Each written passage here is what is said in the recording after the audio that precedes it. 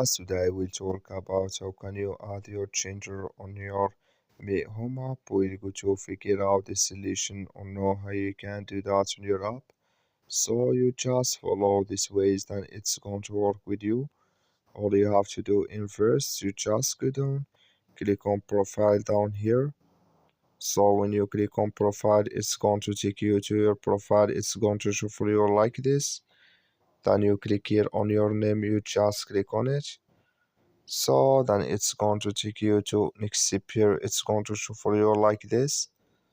You just switch into open video here. So it's going to take a time to open video. Then all you have to do next, you just click here on your name again here. Then you come to next step here, you click here on changer here. So when you just click on this sign, and here can you select if you want to add family or not here. So that's all you have to do. That's all. Thank you for watching. Don't forget to support us by liking and subscribe.